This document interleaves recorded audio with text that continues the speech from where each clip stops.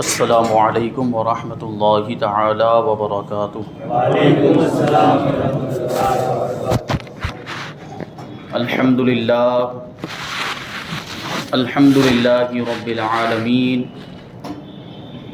والعاقبۃ للمتقین والصلاة والسلام علی سید الانبیاء والمرسلین وعلی آلہ واصحابہ اجمعین، اما بعد فاعوذ باللہ من الشیطان الرجیم، بسم اللہ الرحمن الرحیم، فاذکرونی اذکرکم واشکروا لی ولا تکفرون۔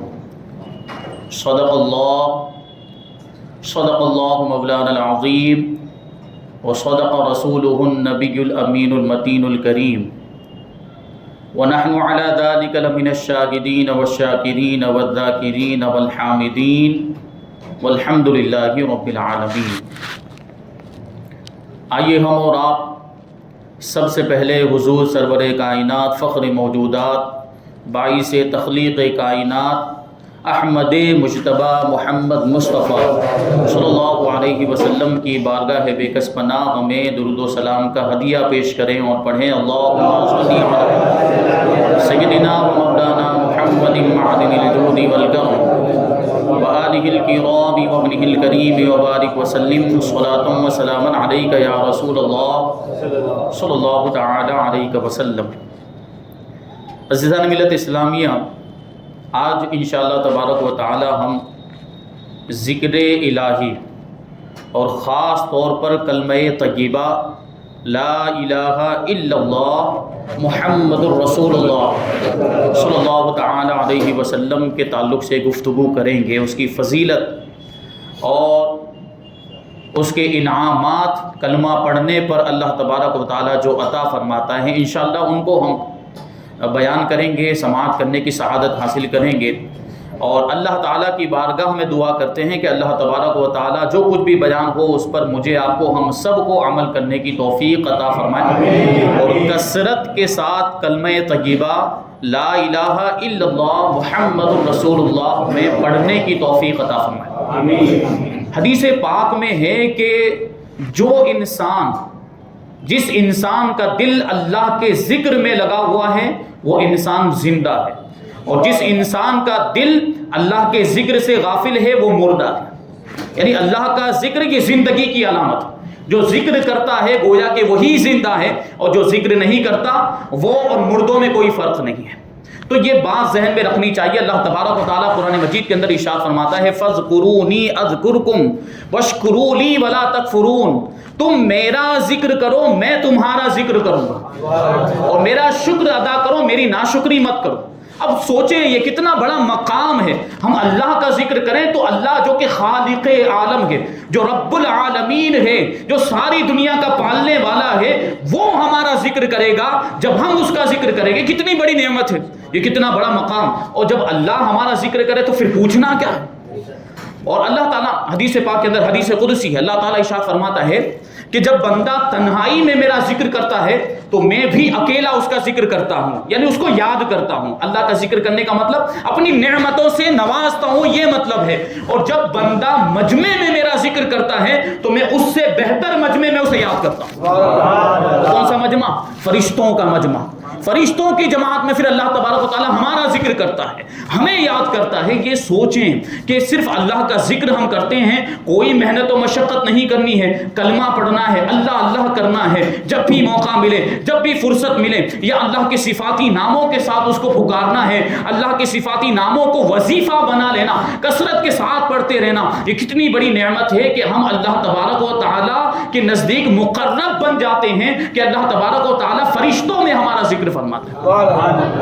یہ سوچنے جیسی بات۔ اور سب سے بہتر اور افضل ذکر حدیث پاک کے مطابق وہ لا الہ الا اللہ محمد الرسول اللہ ہے۔ یوں تو اللہ تعالیٰ کے ذکر کے بہت سارے ذریعے، بہت سارے اوراد ہیں، بہت سارے وظائف ہیں، لیکن ان میں سب سے بہتر ذکر کون سا ہے؟ لا الہ الا اللہ محمد الرسول اللہ۔ یہ سب سے بہترین ذکر ہے، اور یہ اس کی کتنی فضیلت ہے۔ اللہ کے رسول صلی اللہ علیہ وسلم ارشاد فرماتے کہ من قال لا الہ الا اللہ دخل الجنہ، جس نے لا الہ الا اللہ پڑھ لیا وہ جنت میں داخل ہو گیا. یعنی صرف دیکھیے اب یہاں پہ مس گائیڈ ہو سکتے ہیں کہ بھائی لا الہ تو یہ بد مذہب بھی پڑھتے ہیں نا, لا الہ الا اللہ تو یہ وہابی بھی پڑھتے ہیں, دیوبندی بھی پڑھتے ہیں, شیعہ بھی پڑھتے ہیں یہاں تک کہ, تو کیا وہ بھی جنت میں داخل ہو جائیں گے؟ تو یہ مطلب نہیں ہے. مطلب کیا ہے؟ لا الہ الا اللہ محمد الرسول اللہ پڑھنا اور اس کے تقاضوں کو بھی پورا کرنا.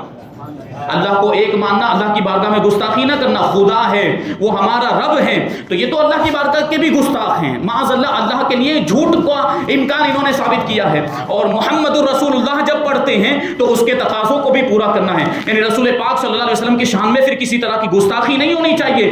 نبی کی شان میں ادنا سی گستاخی انسان کو اسلام کے دائرے سے باہر کر دیا کرتی ہے. پھر وہ 1000 بار کیا لاکھ بار بھی لا الہ الا اللہ پڑھتا رہے, کوئی فائدہ نہیں اور اس کے پڑھنے کا کوئی مطلب نہیں. یہاں بات چل رہی ہے ایمان والوں کی کہ ایمان والا جو ہے اور سچا مومن ہے وہ اگر لا الہ پڑھے گا تو جنت میں جائے گا. سبحان اللہ. یہ دیکھیں اللہ تبارک و تعالیٰ نے کیسی فضیلتیں رکھی ہیں. حضرت موسیٰ علیہ السلام نے ایک مرتبہ اللہ تبارک و تعالیٰ کی بارگاہ میں عرض کیا, پروردگار مجھے ایسا کوئی وظیفہ بتا دے کہ جس کے ذریعے سے میں تجھے یاد کیا کروں. تو اللہ تبارک و تعالیٰ نے حضرت موسیٰ علیہ السلام سے ارشاد فرمایا کہ لا الہ الا اللہ پڑھا کرو. تو حضرت موسیٰ علیہ السلام نے کہا کہ لا الہ الا اللہ تو تیرے بے شمار بندے پڑھتے ہی رہتے ہیں, اس کا تو ورد کرتے ہی رہتے ہیں. تو اللہ تعالیٰ نے کہا نہیں, پھر بھی تم لا الہ الا اللہ ہی پڑھا کرو. حضرت موسیٰ علیہ السلام پھر عرض کرتے ہیں پروردگار مجھے کوئی ایسا وظیفہ عطا فرما جو میرے ساتھ خاص ہو, یعنی صرف میں ہی کروں کوئی دوسرا نہ کرتا ہو. تو اللہ تبارک و تعالیٰ نے کیا ارشاد فرمایا, یا موسیٰ لو ان السماوات السبع والارضین السبع فی کفۃ ولا الہ الا اللہ فی کفۃ لمالت بہن لا الہ الا اللہ.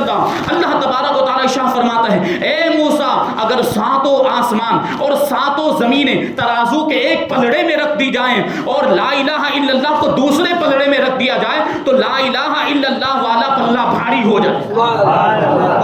کہاں 7 آسمان اور 7 زمینیں, وہ کہاں لا الہ الا اللہ, مشکل سے 4 الفاظ ہیں اس کے اندر, لیکن اس کی برکت دیکھیں کیونکہ اس میں اللہ تعالیٰ کا نام ہے. الا اللہ میں اللہ کا یہ اس میں ذاتی ہے. اب سوچیں وہ خالق کائنات, وہ رب العالمین ہے, اس کے نام کے برابر تو کوئی چیز نہیں ہو سکتی. اللہ تبارک و تعالیٰ کا نام اور اس میں گرامی یہ ساری چیزوں سے زیادہ وزنی اور بھاری ہے. تو یہ دیکھیے حضرت موسیٰ علیہ السلام کو اللہ تبارک و تعالیٰ نے کلمہ طیبہ کا ورد کرنے کا حکم دیا, یہ پڑھنے کا حکم دیا. کیسی برکتیں اس کلمے کے اندر ہے. اور اللہ کا نام اگر سچے دل سے لیا جائے, اللہ کو سچے دل سے پکارا جائے تو ساری مشکلیں بھی آسان ہو جاتی ہیں, حاجتیں پوری ہو جاتی ہیں. اور پھر دیکھیں ایک واقعہ نزہۃ المجالس کے اندر ایک غیر مسلم کا واقعہ, ہندو کا واقعہ. ہندو مشرک ہوتا ہے, وہ مورتیوں کی پوجا کرتا ہے, وہ خدا کو ایک نہیں مانتا, اس کے تو بہت سارے خدا ہیں. لیکن دیکھیں مشرک کی کیسے مدد ہوئی. وہ مشرک تھا, بتوں کی پوجا کیا کرتا تھا, ایک دن کسی مشکل میں مبتلا ہو گیا تو حیرانی اور پریشانی کے عالم میں وہ اپنے مندر میں گیا اور وہ بت جس کی وہ پوجا کیا کرتا تھا اس کے سامنے اپنی اس نے حاجت بیان کی, اپنی مشکل کو اس نے بیان کیا اور اس نے مدد مانگی اس بت سے, اس مورتی سے اس نے مدد مانگی کہ یہ میری حاجت پوری ہو جائے, یہ میری مشکل حل ہو جائے. لیکن مورتی تو پتھر ہے, پتھر کیا مدد کر سکتی ہے, وہ پتھر کیا جو ہے کہ مشکل کو حل کر سکتا ہے. آخرکار وہاں سے نا امید ہو کر جب وہ واپس آیا, مشکل میں گھرا ہوا, پریشانی کے عالم میں, حیرانی کے عالم میں, اس کے ذہن میں خیال آیا کہ مسلمان اللہ تعالیٰ کو پکارتے ہیں, مسلمان اللہ تعالیٰ کو مانتے ہیں, اللہ تبارک و تعالیٰ سے مدد طلب کرتے ہیں. آج بھی آپ دیکھیں گے غیر مسلموں کے معاملات ایسے ہوتے ہیں کہ مندروں میں جب ان کی حاجتیں پوری نہیں ہوتی ہیں تو اللہ کے ولیوں کے دربار میں آ کر مرادیں مانگتے ہیں. دیکھا ہے کہ نہیں دیکھا, خواجہ دانا کے دربار میں چلے جائیں, کتنے ہندو آتے ہیں وہاں پر.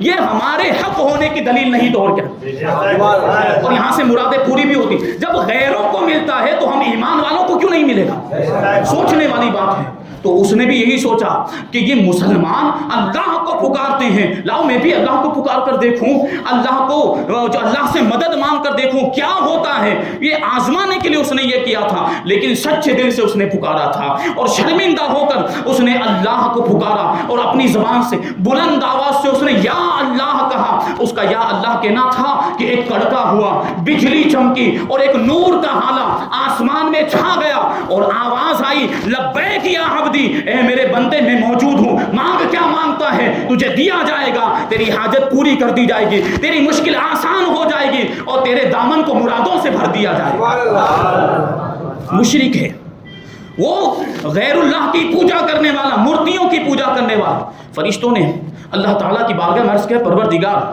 یہ تو مشرک ہے، یہ تو بتوں کی پوجا کرتا ہے، اس نے اپنے بتوں کو کتنی بار پکارا لیکن بتوں نے کوئی جواب نہیں دیا، لیکن اس نے تجھے ایک مرتبہ پکارا اور تو نے جواب دے دیا، ایک مرتبہ تجھے پکارا تو نے جواب دے دیا۔ اللہ تبارک و تعالیٰ نے ارشاد فرمایا کہ اگر میں بھی اس کے بتوں کی طرح اس کو جواب نہ دیتا تو پھر میرا بندہ کہاں جاتا؟ اس کے جو معبود ہیں، اس کے جو بت ہیں، مورتیاں، وہ تو جھوٹے خدا ہیں، میں تو سچا ہوں نا، میں اپنے بندوں کی فریاد سنتا بھی ہوں اور ان کی مدد بھی کرتا ہوں۔ اور جب یہ ماجرا اس مشرک نے دیکھا ہے، اس کے سامنے یہ سب کچھ ہوا، تو ظاہر سی بات ہے وہ فوراً لا الہ الا اللہ محمد رسول اللہ پڑھ کے مسلمان ہو گئے۔ سوچنے والی بات کہ جب سچے دل سے ایک غیر مسلم اللہ کو پکارے تو ایمان کی دولت نصیب ہو جائے، مشکلیں حل ہو جائیں، حاجتیں پوری ہو جائیں، دامن مرادوں سے بھر جائے، تو ہم تو ایمان والے، ہم تو اللہ کو ایک ماننے والے، ہم تو اس کے محبوب کے غلام ہیں۔ ہم اگر سچے دل سے اس کے محبوب کا وسیلہ لے کر اس کی بارگاہ میں اپنی حاجتیں پیش کریں گے تو کیا ہماری حاجتیں پوری نہیں ہوگی؟ بس طریقہ ہونا چاہیے، صحیح سلیقہ اور ڈھنگ ہونا چاہیے، ہمارے پاس آج وہی نہیں ہے اور اس چیز کی ضرورت ہے۔ دیکھیں یہ کتنا بڑا کتنی فضیلت ہے کلمہ طیبہ کے اندر، اور جو کلمہ طیبہ کا ورد کرتا ہے تو اللہ تبارک و تعالیٰ اس کو کیسی نعمتیں عطا فرماتا ہے۔ اور پھر یہ بھی دیکھنا ہے کہ اللہ تعالیٰ کی ہر مخلوق، چاہے وہ چھوٹی ہو یا بڑی ہو، زمین میں ہو، آسمان میں ہو، پہاڑوں پر ہو یا سمندر کی گہرائی میں، ہر مخلوق اللہ کا ذکر کرتی ہے، ہر مخلوق۔ بس انسانوں اور جنات میں کچھ افراد ہیں جو اللہ کے ذکر سے غافل ہیں۔ ہر مخلوق اللہ کا ذکر کر رہی ہے، لیکن بعض انسان اور بعض جنات ایسے ہیں جو اللہ کے ذکر سے غافل۔ اللہ تعالیٰ 15ویں پارے میں 5ویں رکوع میں ارشاد فرماتا ہے وَإِن مِّن شَيْءٍ إِلَّا يُسَبِّحُ بِحَمْدِهِ۔ اعلیٰ حضرت رضی اللہ تعالیٰ عنہ ترجمہ کرتے ہیں کہ اور کوئی چیز نہیں جو اس کو سراہتی ہوئی اس کی پاکی نہ بولے۔ کیا مطلب کہ دنیا میں پوری کائنات میں جتنی بھی چیزیں ہیں سب اللہ تبارک و تعالیٰ کی حمد بھی کر رہی ہیں، اور ساری چیزیں اللہ تبارک و تعالیٰ کی پاکی بیان کر رہی ہیں۔ اور جب پاکی بیان کر تو خود بخود اللہ تعالیٰ کا ذکر ہو گیا۔ سبحان اللہ بھی اگر ہم پڑھیں یہ بھی اللہ کا ذکر ہے، الحمدللہ کہنا بھی اللہ تبارک و تعالیٰ کا ذکر ہے، اور اللہ اکبر کہنا بھی یہ اللہ تعالیٰ کا ذکر ہے۔ جو تسبیح ہم پڑھتے ہیں، تسبیح فاطمہ بڑی برکت والی تسبیح ہے، اور جو یہ تسبیح پڑھتا ہے اللہ تبارک و تعالیٰ اس کی ضرورتوں کا ضامن ہو جایا کرتا ہے۔ تو یہ دیکھیں حضرت علامہ صد الافاضل علامہ نعیم الدین مراد آبادی رحمۃ اللہ تعالی علیہ فرماتے ہیں، حضرت عبداللہ ابن عباس رضی اللہ تعالیٰ عنہما سے روایت ہے کہ ہر زندہ درخت یعنی ہر پیڑ یہ اللہ تعالیٰ کی تسبیح بیان کرتا ہے، اور ہر چیز کی تسبیح اس کی حیثیت کے مطابق ہوتی ہے۔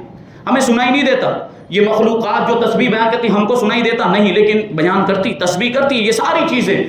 اور مفسرین کرام فرماتے ہیں کہ دروازہ کھولنے کی آواز اور چھت کا چٹکنا، یہ چٹکنا جو ہوتا ہے یعنی چھت میں، یہ تو ابھی تو جو مضبوط چھتیں بن گئی، پکی چھتیں بن گئی، پرانے زمانے میں جب کچی چھتیں ہوتی تھی لکڑے وغیرہ سے بنائی جاتی تھی تو اس میں سے آواز پیدا ہوتی تھی، جب ہوا چلتی تھی تو ہوا کی وجہ سے اس میں حرکت ہوتی اور اس میں سے گڑگڑاہٹ کی آواز آیا کرتی۔ مفسرین کرام فرماتے ہیں یہ بھی اللہ کی تسبیح ہے، اور ان کی جو تسبیح ہے وہ سبحان اللہ و بحمدہ ہوا کرتی ہے۔ حضرت عبداللہ ابن مسعود رضی اللہ تعالیٰ عنہ فرماتے ہیں کہ ہم نے اللہ کے رسول صلی اللہ علیہ وسلم کی انگشتہائے مبارک سے پانی کے چشموں کو جاری ہوتے دیکھا، اور ہم نے یہ بھی دیکھا کہ اللہ کے رسول صلی اللہ علیہ وسلم جب کھانا تناول کرنے کے لیے بیٹھتے تھے تو وہ کھانا بھی اللہ کی تسبیح بیان کرتا تھا۔ کہ آج بھی جو کھانا ہم کھاتے ہیں وہ بھی اللہ کی تسبیح بیان کرتا ہے، لیکن ہمیں سنائی نہیں دیتی کیونکہ ہمارا وہ مرتبہ نہیں ہے۔ لیکن یہ حضور پاک صلی اللہ علیہ وسلم کی برکت ہے کہ صحابہ کرام کھانا جو تسبیح کرتا ہے اس تسبیح کو بھی سن لیا کرتے تھے۔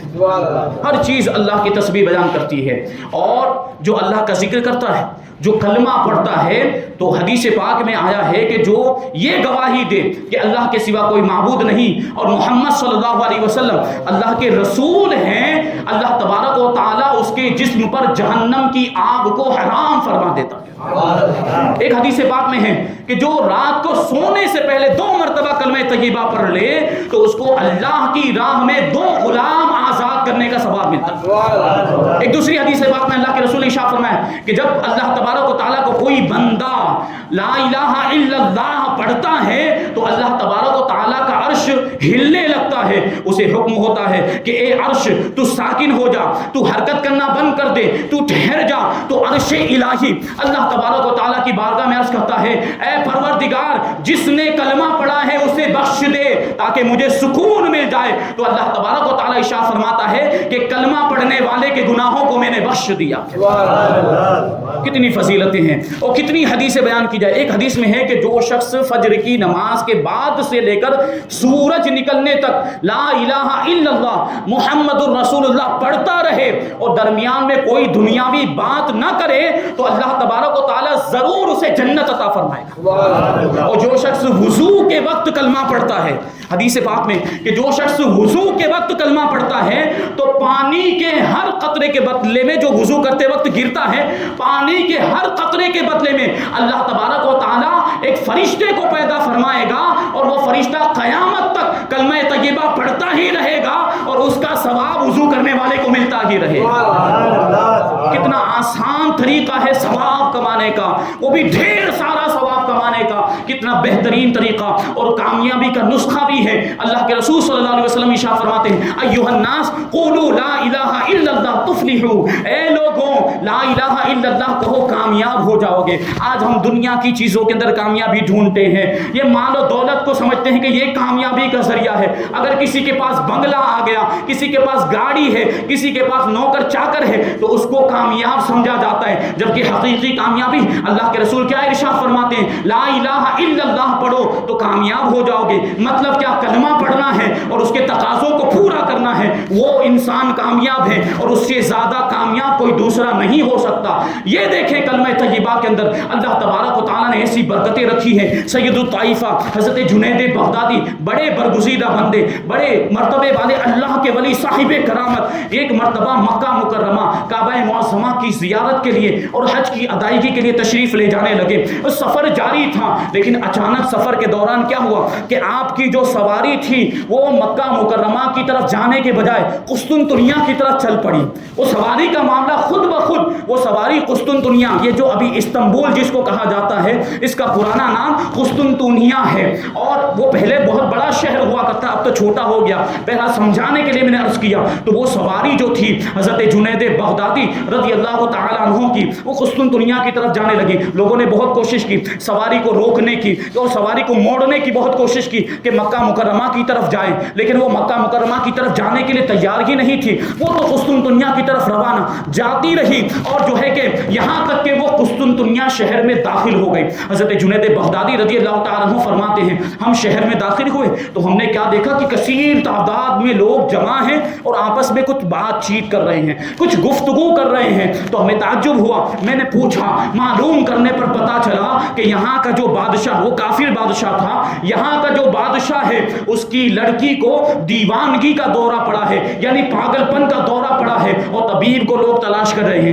حکیم کو تلاش کر رہے ہیں اس کا علاج کرنے کے لیے۔ حضرت جنید بغدادی کہتے ہیں میں نے لوگوں سے کہا کہ مجھے بادشاہ کے پاس لے کر جاؤ، میں اس کی لڑکی کا علاج کروں گا۔ حضرت جنید بغدادی کو لوگ بادشاہ کے دربار میں لے کے گئے۔ حضرت جنید بغدادی خود ارشاد فرماتے ہیں جیسے ہی میں شاہی محل میں داخل ہوا، شاہی محل کے دروازے میں داخل ہوا، غیب سے آواز آئی اے جنید تم ہمارے کب تک ہماری طرف اپنی سواری کو آنے سے روکتے رہو گے جبکہ ہم نے تمہیں مخلوق کا مسیحا بنایا ہے۔ پتا چلا جو سواری مڑ جا رہی تھی بار بار مکہ کی طرف جانے کے بجائے جو قسطنطنیہ کی طرف روانہ ہو گئی، یہ اللہ کی طرف سے تھا۔ اللہ تعالیٰ نے اس لڑکی کی شفا حضرت جنید بغدادی کے دستے مبارک میں رکھی ہوئی تھی۔ حضرت جنید بغدادی رضی اللہ تعالیٰ عنہ کہتے ہیں میں اس کمرے میں داخل ہوا جہاں پر اس لڑکی کو رکھا ہوا تھا زنجیروں میں باندھ کر۔ وہ بڑی حسین و جمیل تھی، بادشاہ کی لڑکی، حسن و جمال کا پیکر، لیکن معاملہ یہ ہے کہ پاگل ہو گئی، پاگل پن کا دورہ پڑا ہے، زنجیروں میں جکڑ کے اس کو رکھا ہوا۔ جیسے ہی اس لڑکی نے مجھے دیکھا، حضرت جنید بغدادی کہتے ہیں وہ مجھے پکارنے لگی، وہ مجھ سے فریاد کرنے لگی، کہنے لگی حضرت میرے لیے دعا کیجئے اور میرے لیے اللہ کی بارگاہ میں دعا کیجئے، اللہ تعالیٰ مجھے اس بیماری سے نجات دے دے، اللہ تعالیٰ مجھے اس بلا سے نکال دے، رحم فرمائیے، کرم فرمائیے۔ وہ مجھ سے فریاد واقعات کرنے لگی. حضرت جنید بغدادی رضی اللہ تعالیٰ عنہ کہتے ہیں کہ میں نے بادشاہ کی لڑکی کو کلمہ طیبہ یعنی لا الہ الا اللہ محمد الرسول اللہ پڑھنے کو کہا. اس لڑکی نے بلند آواز سے لا الہ الا اللہ محمد الرسول اللہ پڑھا. جیسے ہی اس نے کلمہ پڑھا اس کی ساری زنجیریں جو تھی وہ ٹوٹ کر نیچے گر گئی اور اس کی ساری بیماری اور سارا پاگل پن دور ہو گیا. وہ تندرست و صحیح سالم ہو گئی. بادشاہ یہ سارا منظر دیکھ رہا تھا اور منظر دیکھنے کے بعد کہنے لگا کہ آپ کتنے اچھے طبیب ہیں, آپ کتنے ماہر حکیم ہیں کہ پل بھر میں میری بیٹی کو آپ نے شفا دے دی, میری لڑکی کی بیماری کو دور کر دیا, وہ تندرست ہو گئی. تو حضرت جنید بغدادی کہتے ہیں یہ تو کلمہ طیبہ کی برکت ہے. کلمہ طیبہ اگر تو بھی پڑھ لے تو تیری بھی کفر کی بیماری دور ہو جائے گی. اتنا سننا تھا کہ وہ بادشاہ بھی کلمہ پڑھ کے مسلمان ہو گیا. اور اتنا ہی نہیں, حضرت جنید بغدادی کی کرامت اور کلمہ طیبہ کی برکت سے کثیر تعداد میں لوگ جو وہاں پر موجود تھے وہ سب بھی کلمہ پڑھ کے مسلمان ہو گئے. یہ کلمہ طیبہ کی برکت ہے. غیر پڑھتے ہیں تو ایمان کی دولت نصیب ہو جاتی, ہم پڑھیں گے تو ہمیں کتنا فائدہ ملے گا. یہ شان ہے. اور کلمہ طیبہ پڑھنے سے ایمان بھی تازہ ہوتا ہے. پڑھتے رہنا چاہیے, کثرت کے ساتھ ایمان میں تازگی آتی رہے گی. حضرت ابو ہریرہ رضی اللہ تعالیٰ عنہ سے روایت ہے کہ اللہ کے رسول صلی اللہ علیہ وسلم نے ارشاد فرمایا کہ اپنے ایمان کو تازہ کرو. تو صحابہ کرام نے عرض کیا یا رسول اللہ صلی اللہ تعالیٰ علیہ وسلم ہم کس طرح اپنے ایمان کو تازہ کریں؟